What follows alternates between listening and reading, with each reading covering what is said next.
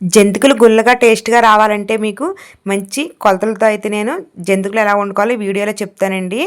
అయితే ఫస్ట్ అయితే మనము ఒక గ్లాస్ తోటి మినపగుళ్ళు తీసుకుని 2 గ్లాసులు వాటర్ వేసుకుని కుక్కర్లో విజిల్స్ వేయించుకోవాలి. వీటిని గంట ముందు నాననియాలండి. 2 గ్లాసులు నీళ్ళు వేసి గంట సేపు నానిన తర్వాత ఈ విధంగా కుక్కర్ విజిల్స్ వేయించుకోవాలి. నేను ఆల్రెడీ కుక్కర్ విజిల్స్ వేయించుకున్నాను. ఈ విధంగా తెల్లగా బయటకు సీదుతుంది, పర్వాలేదు.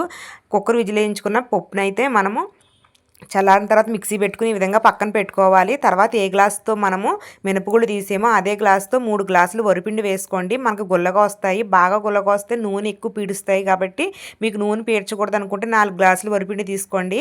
తర్వాత ఈ పిండిలోకి అయితే 2 స్పూన్లు వాము, 2 స్పూన్లు సాల్ట్ వేసానండి. సాల్ట్ అయితే మీరు పిండి కలిపేటప్పుడు తగ్గితే కనుక వాటర్లో కలుపుకున్నా సరే వేసుకోవచ్చు.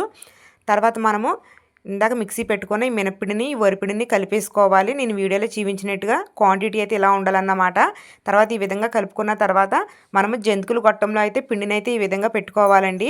అయితే పిండి పెట్టుకునేటప్పుడు జంతికలు గొట్టానికి మనం ఆయిల్ రాసుకుంటే జంతికలు ఫాస్ట్గా నొక్కడానికి బాగుంటుంది. అలాగే ఒక పల్చటి ప్లేట్లో అయితే ఈ విధంగా జంతికలను అయితే తిప్పుకోవాలి. ఆ ప్లేట్కి ఆయిల్ రాసుకుంటే మనకి ఈ జంతికని ప్యాన్లో వేసుకునేటప్పుడు ఈజీగా జారుతాయి అన్నమాట.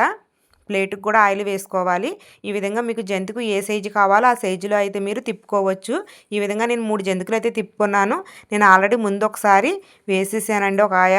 చూసారు కదా, ఇవి లైట్ గోల్డ్ కలర్లోకి వచ్చిన తర్వాత తీసేసుకోవాలి. మనకి ఇవి ఎలా ఉడికాయని తెలుస్తుందంటే నూనెలో నురగలు అయితే తగ్గుతాయి అన్నమాట.